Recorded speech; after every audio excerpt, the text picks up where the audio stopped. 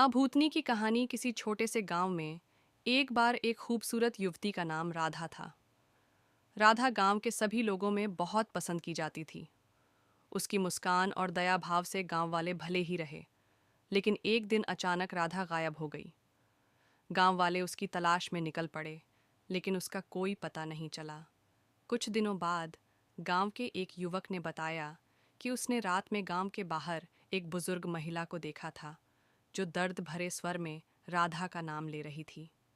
वहीं आस पड़ोस के लोग कहते थे कि वो महिला असल में राधा की आत्मा है, जो अपनी मृत्यु के बाद भी इस संसार में बसी हुई है। गांव में अफवाहें फैल गईं कि राधा अब एक भूतनी बन गई है। वह रात के अंधेरे में प्रकट होती है और गांव वालों को डराती है। लोग रात में बाहर निकलने से कतराने लगे, क्योंकि उन्हें डर था कि कहीं वे राधा की आत्मा का शिकार न बन जाएं। एक दिन गांव के एक बहादुर युवक ने तय किया कि वह राधा की आत्मा से बात करेगा। वह रात को अकेला गांव के बाहर गया, जहां राधा की आत्मा देखी जाती थी। उसने वहां एक दिया जलाया और राधा का नाम लिया। कुछ ही देर में राधा की आत्मा प्रकट हुई। युवक ने उससे पूछा, तुम क्यों परेशान हो?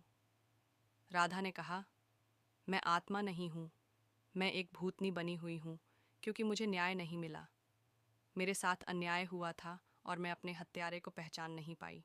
युवक ने राधा को आश्वासन दिया कि वह उसकी मदद करेगा। उसने गांव वालों को एकत्रित किया और सबको सच्चाई बताई। गांव वालों ने मिलकर राधा की न्याय के लिए लड़ाई लड़ी और अंततः उसके हत्यारे को पकड़ लिया। जैसे ही राधा के हत्यारे को सजा मिली, उसकी आत्मा को शांति मिली। राधा ने युवक का धन्यवाद किया और उसकी आत्मा स्वर्ग की ओर बढ़ गई। गांव वाले अब बिना डर के जीने लगे और राधा की याद में एक स्मारक बनवाया, ताकि वह हमेशा उनके दिलों में जिंदा रहे।